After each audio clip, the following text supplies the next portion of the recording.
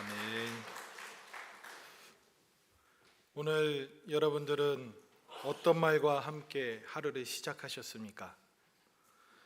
우리는 수많은 말 속에서 하루를 시작하고 수많은 말들과 하루를 보내고 있습니다.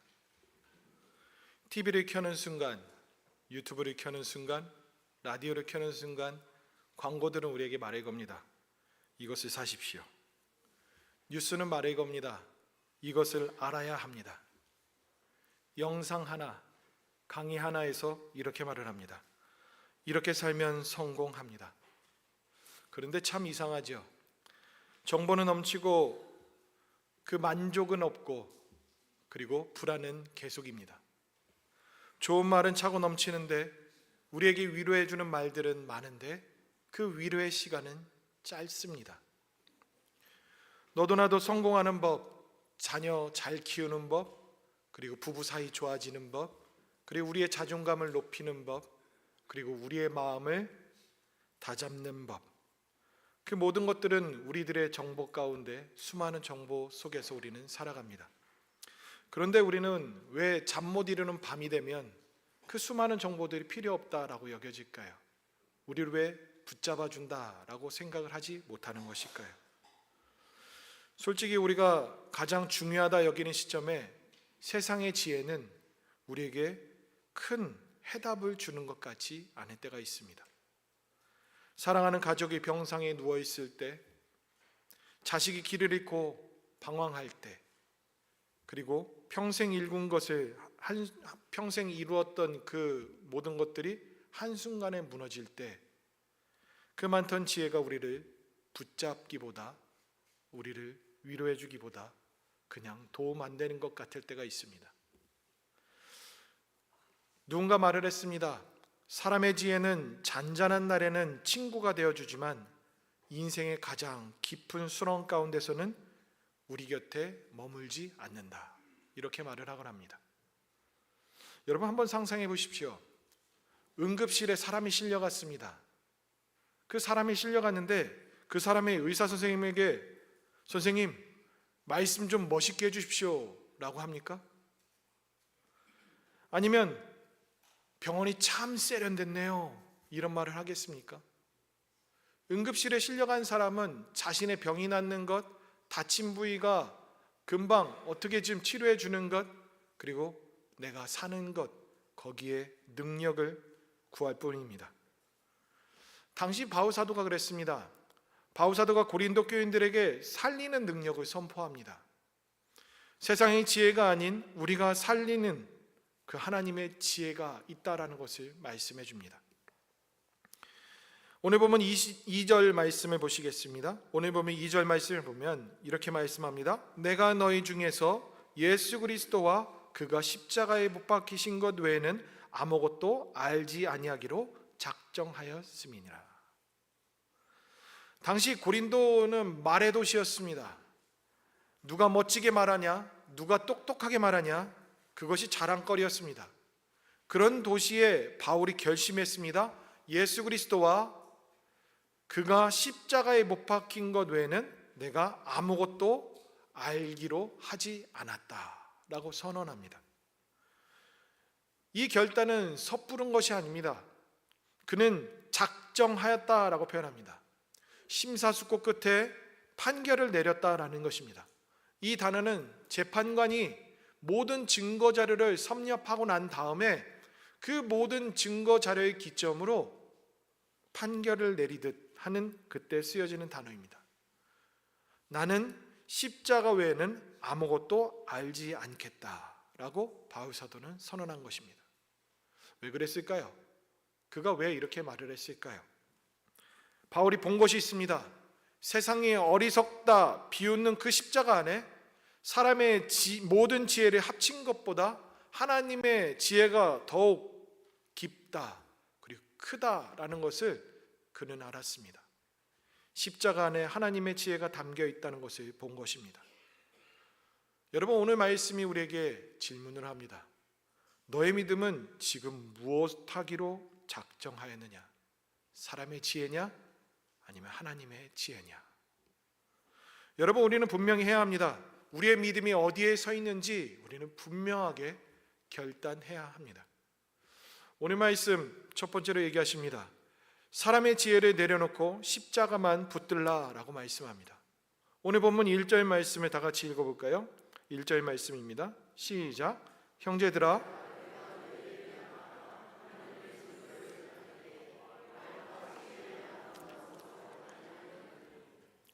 당시 고린도 사람들은 화려한 말, 그리고 사람의 마음을 휘어잡는 웅변, 그리고 지적인 우월감을 느끼게 해주는 그 표현들을 선호했던 그 사람들입니다. 그런데 바울 사도는 의도적으로 하지 않겠다라고 얘기합니다. 그리고 마음만 먹었다면 그는 자랑할 거리가 있었습니다. 자신의 집안, 자신의 학문, 그리고 종교적 체험. 그는 다메섹 도상에서 주님을 환상 가운데서 만났습니다. 신비한 체험을 했습니다. 그것을 얘기했더라면 모든 사람들에게 관심을 집중시킬 수 있었습니다. 그런데 그는 그렇게 하지 않습니다. 오직 단 하나, 십자가만 붙든다라고 말씀합니다. 그러면서 2절 말씀에 보시면 그가 얘기했습니다. 예수 그리스도와 그가 십자가에 못 박힌 것 외에는, 이렇게 표현합니다. 예수 그리스도 하면 예수 그리스도지 왜 십자가를 여기에서 표현할까요? 사실 로마 사람들에게는 십자가는 저주스러운 대상이었습니다. 선호하지 않았습니다. 당시 사람들에게는 십자가는 수치스러운 처형이었습니다. 그래서 농담으로 십자가를 거들먹거리기만 해도 밥상을 뒤엎을 정도로 그들은 화를 내고 저주했던 그 용어, 바로 십자가입니다. 로마 시민에게는 입에 담기조차 부끄러운 단어였고, 유대인들에게는 저주받은 자, 나무에 매달린 자는 저주받았다라는 그 말씀 때문에 저주를 일삼았던 그런 십자가 처형이었습니다. 누구도 자기 메시지 중심에 십자가가 담겨지지 않습니다. 그런데 바울 사도는 정반대입니다. 부끄러운 십자가, 그 저주받은 십자가를 자신의 메시지 중심에 두었던 것입니다. 그리고 그가 우리의 죄가 해결되었다라는 것을 깨달았기 때문에 그는 이렇게 선포했던 것이고, 그 십자가 안에서 하나님과 우리 사이의 막힌담을 무너뜨리셨다라는 것을 확실히 알기 때문에 이 말씀을 선포했던 것입니다. 그 십자가에 죽으신 그분이 사흘 만에 다시 살아나셨다라는 그 사실 말입니다. 성도 여러분, 십자가가 없으면 기독교는 아무것도 아닙니다. 기독교는 좋은 가르침, 복 빌어주는 종교로 전락할 뿐입니다. 십자가가 없으면 예수님은 그저 훌륭한 스승, 성인일 뿐입니다. 그러나 십자가가 있기에 예수님께서 우리의 구원자가 되시고, 십자가가 있기에 우리의 죄사함이 있고 우리가 영생을 누릴 수 있는 것입니다. 오늘 보면 3절 보실까요? 3절 말씀에 내가 너희 가운데 거할 때에 약하고 두려워하고 심히 떨었노라 라고 말합니다. 바울 사도는 두려웠습니다. 그리고 떨었습니다. 그는 약하다라고 고백합니다. 그가 왜 이렇게 고백하는 것일까요? 그가 그들 앞에 섰기 때문에 두렵다, 떨리다라고도 할 수 있지만 그는 그럼에도 불구하고 십자가를 붙들었던 이유, 그것 때문입니다. 즉, 자신이 전하는 메시지의 무게를 알았습니다. 십자가의 복음은 너무 거룩하고 중대하고 너무 영원한 것이어서 자기 같은 사람이 그것을 감당할 수 없다는 것을 두려워했습니다. 그러나 그가 가진 학벌, 그가 가진 지식, 그가 가진 언변, 수많은 것들을 활용해서 십자가를 선포하지 못합니다. 왜요? 하나님의 지혜가 담겨있기 때문에, 자신의 그 모든 지혜와 노력들로 설명할 수 없기 때문에 그는 담담히 예수 그리스도, 그리고 십자가에 못 박힌 예수님을 전하는 것입니다. 영혼을 살리는 것은 사람의 능력이 아닙니다. 영혼을 살리는 것은 오직 십자가입니다.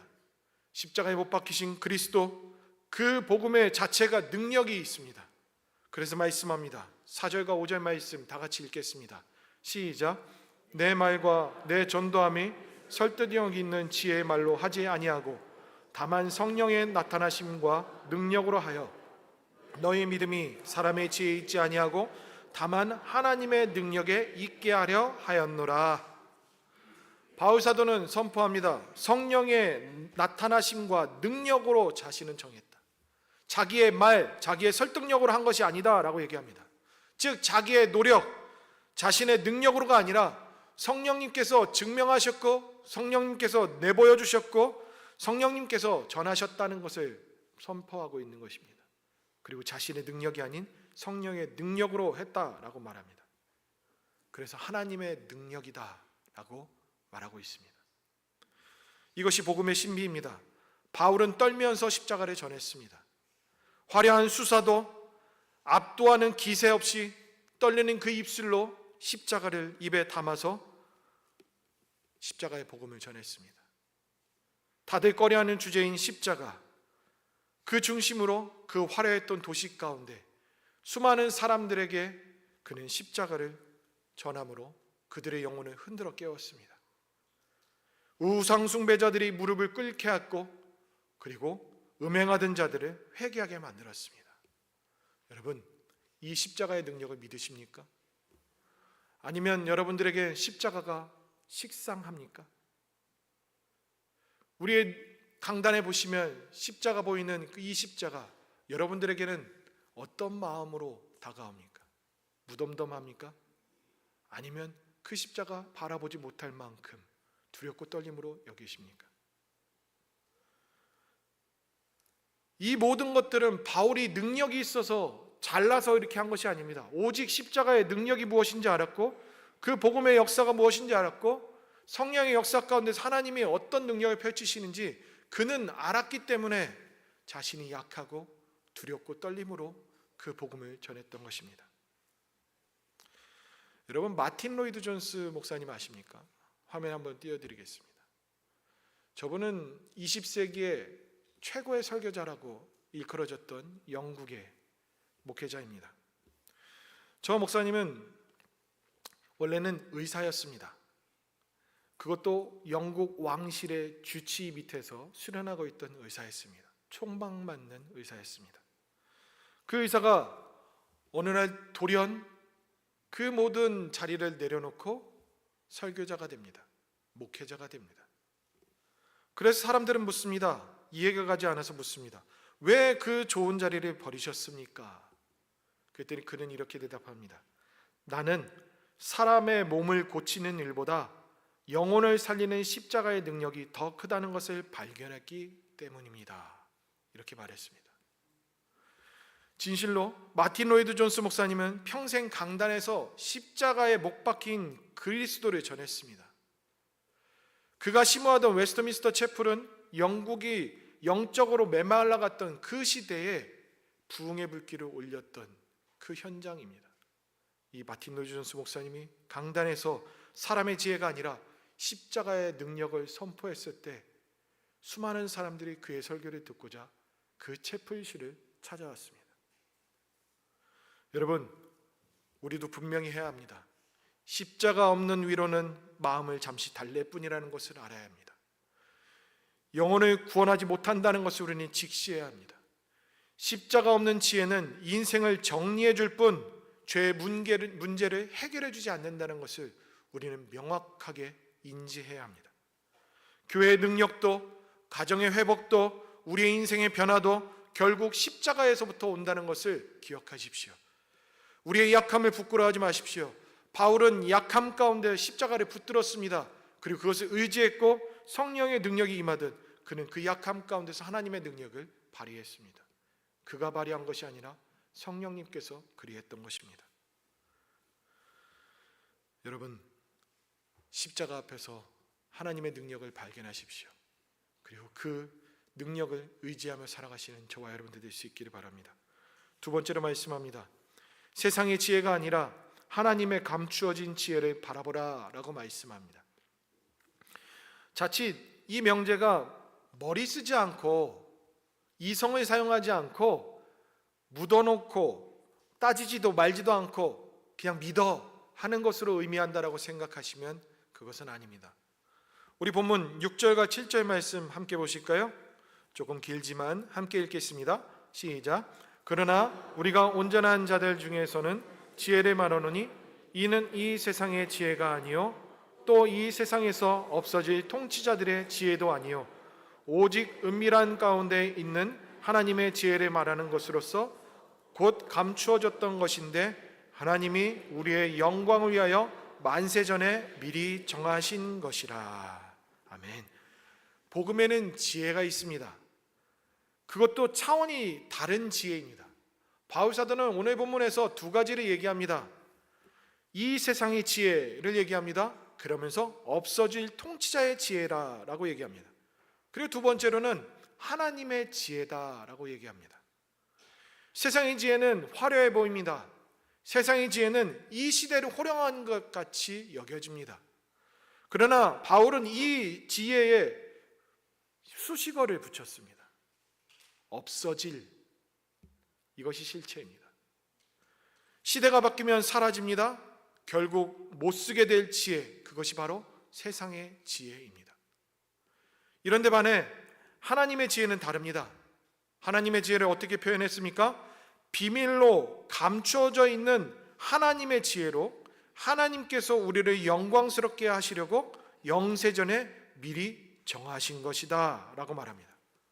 여기에서 우리는 두 단어를 살펴봐야 됩니다. 첫 번째는 은밀한입니다. 비밀을 말합니다. 인간이 몰래 찾아내서 그 인간이 찾아내는 신비의 지식이 아니라 하나님이 때가 되었을 때 친히 드러내시는 구원의 계획입니다. 그것을 일컫습니다.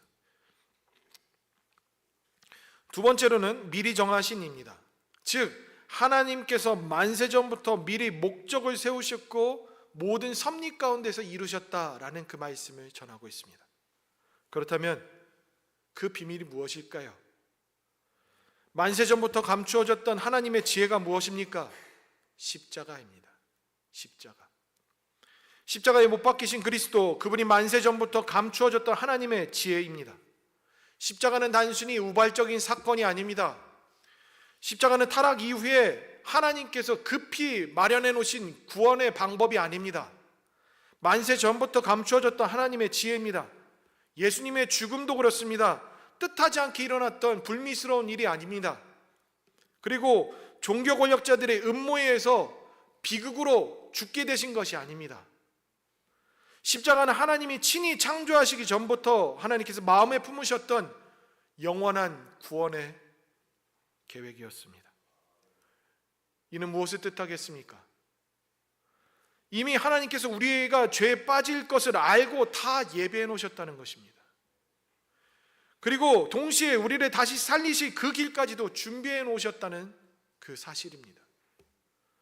하나님이 자신이 되어 사람이 되어서 오시고 우리 죄를 짊어지시고 우리 대신 죽으신 십자가, 그것이 바로 십자가 그 비밀입니다. 만세전부터 우리를 향하신 하나님의 사랑, 그것이 담겨 있습니다. 그 사랑이 십자가를 미리 준비하셨습니다. 그 사랑과 지혜가 어찌 그리 크고 오묘하고 사랑스러운지요. 여러분, 십자가를 통해 이루시는 하나님의 지혜를 기억하십시오. 오늘 보면 8절 보실까요? 8절 말씀 다 같이 읽어보겠습니다. 이 지혜는 이 세대의 통치자들이 한 사람도 알지 못하였나니 만일 알았더라면 영광의 주를 십자가에 못 박지 아니하였으리라. 충격적인 고발을 전합니다. 예수님을 죽였던 그 자들 떠올려 보십시오. 그 당대의 석학이었고 그 당대의 종교적으로 위대한 사람들이었습니다. 그 집안은 너무나도 좋았고 그들은 로마 시민권을 가지고 있던 자들, 심지어 종교적이고 그리고 정치적인 모든 것에 권력을 쥐어잡고 있던 자들이었습니다. 근데 그 자들이 한 일이 무엇입니까? 이 예수를 십자가에 못 박으라. 그것이었습니다.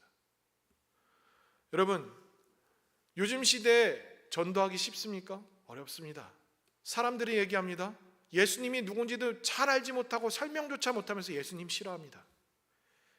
심지어는 교회 안에서도 십자가를 말하는 걸 싫어합니다. 이런 시대가 왔습니다. 십자가 설교하면요 부담스럽대요. 어느 날 제가 충격적인 얘기를 들었습니다. 교육전사 때 밥을 먹는데 예배를 끝나고 그때 담임 목사님이 이제 휴가 기간이라 떠나시고 부목사님이 십자가 설교를 했습니다. 근데 어느 이제 오랫동안 이제 함께 섬기셨던 그 교회에 섬겼던 장로님 어느 한 분이 식사하는데 그러시더라고요. 목사님, 위로해 주는 설교해 주세요. 십자가 설교같이 부담스럽게 힘들게 살다가 주일 왔는데 십자가 설교하지 마시고 복받는 위로의 설교해 주세요. 얘기하는데 와, 깜짝 놀랐습니다. 그게 20년 전입니다. 최근이면 어떻겠습니까? 더하면 더했지 덜하진 않을 겁니다. 왜 우리는 십자가를 꺼려 할까요? 왜 우리는 십자가에 그렇게 부담스러워 할까요? 거기에 하나님의 지혜가 담겨져 있는데 말입니다. 세상의 지혜, 세상의 가치로 판단할 때 십자가 이해되지 않습니다. 별것 아니라고 여깁니다. 근데 우리 믿는 자들은 아닙니다. 십자가는 하나님의 지혜가 담겨 있습니다. 하나님은 이들의 결정을 하나님의 영원한 구원 계획으로 이루시는 도구로 사용합니다. 영광의 주를 죽인 줄 알았는데 사실은 주님이 우리를 살리고 계셨습니다.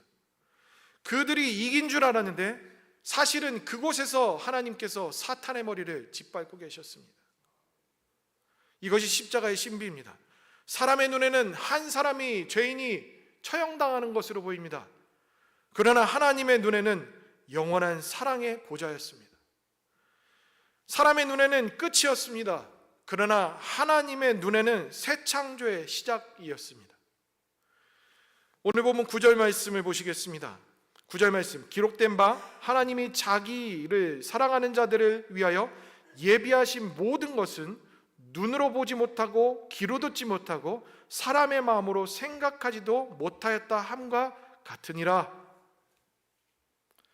감추어졌던 비밀, 그 십자가에 담겨졌던 그 하나님의 지혜, 믿는 자들에겐 열려졌습니다. 십자가에 담긴 사랑은 우리가 다 헤아릴 수 없습니다. 다 이해하지 못합니다. 그러나 분명한 것은 우리 죄를 사해 주셨다는 것, 우리가 하나님의 자녀가 되었다는 것, 영생을 누릴 수 있다는 것, 그것입니다. 그 깊이와 의미를 우리는 온전히 알 수 없지만 분명한 것은 우리는 그걸 누리고 있습니다. 우리에게 감추어졌지만 그것을 우리는 알고 있습니다. 그게 참 신비롭습니다. 세상의 지혜, 곧 없어질 지혜가 아닌 감추어진 하나님의 지혜, 그것을 바라보십시오. 세상은 끊임없이 우리를 설득합니다. 더 많이 가져야 한다. 더 높이 올라가줘야지 인정받는다. 그리고 더 빨리 가야지 남들과 뒤처지지 않는다. 이런 말들을 해야 됩니다.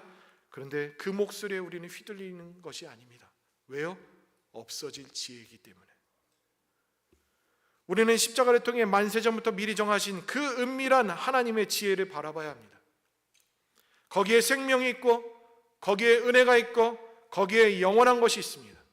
그래서 십자가만 보면 우리의 눈에서는 눈물이 흘러야 되고 십자가만 바라보면 우리의 벅참이 있어야 되고 십자가를 보면 우리가 머리가 저절로 숙여져야 됩니다.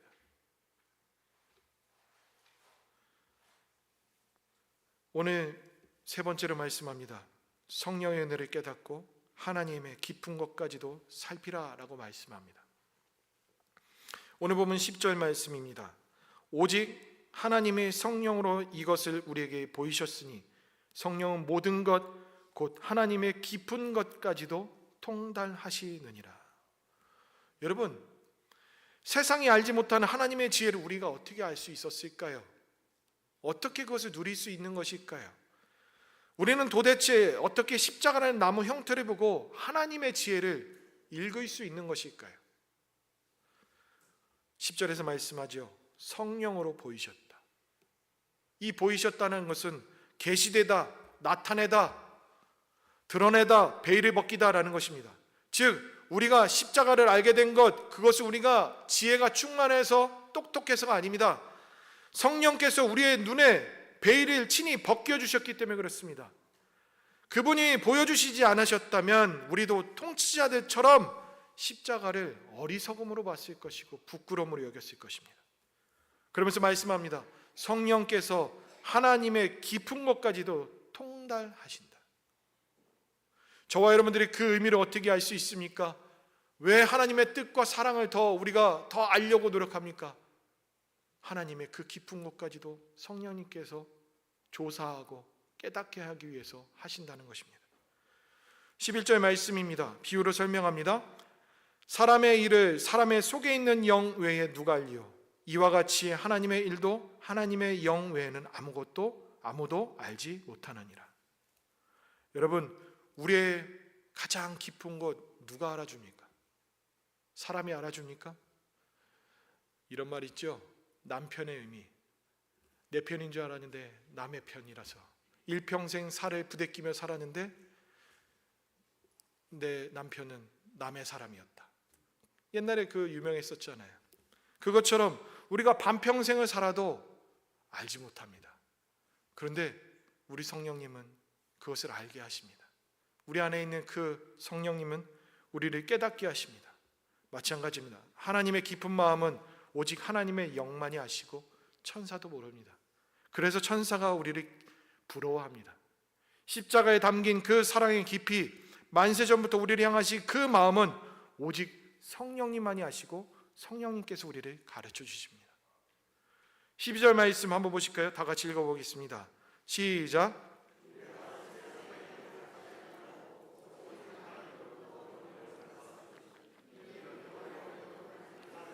우리에게 은혜로 주신 것들을 알게 하려 하심이라.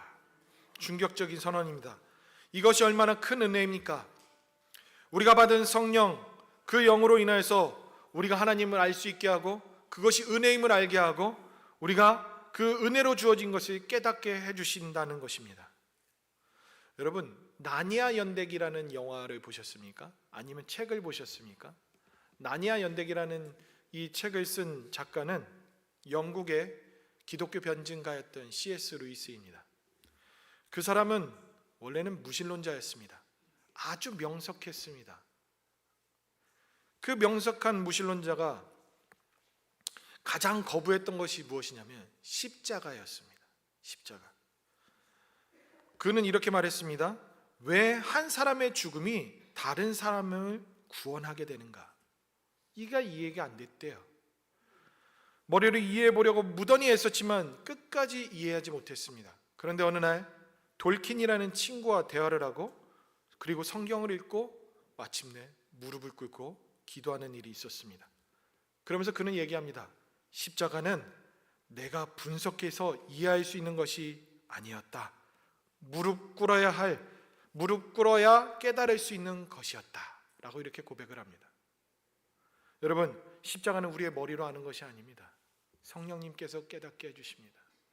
그 오묘한 진리, 그 안에 담겨진 하나님의 지혜, 그 십자가를 통해 그리고 성령님을 통해서 우리에게 말씀해 주시는 것입니다. 하나님은 우리를 더 깊은 자리로 인도하십니다. 그냥 수박 겉핥기로 아는 것으로만 끝나는 것이 아니라 더 하나님께서 어떤 뜻이었고 어떤 그 시선이 있고 어느 무슨 마음이 있었는지 그것을 우리에게 알려주시고 깨닫기를 원하십니다. 따라서 우리는 매일 말씀을 들여다보며 묵상하며 그 말씀을 통해서 성령의 조명하심을 받아야 합니다.